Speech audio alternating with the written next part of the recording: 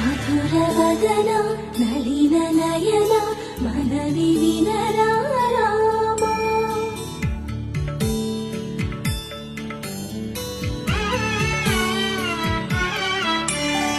రామ చక్కని సీతకి అరచేత గోరింట ఇంత చక్కని చుక్కకి ఇంకెవరు మొగుడంట. రామ చక్కని సీతకి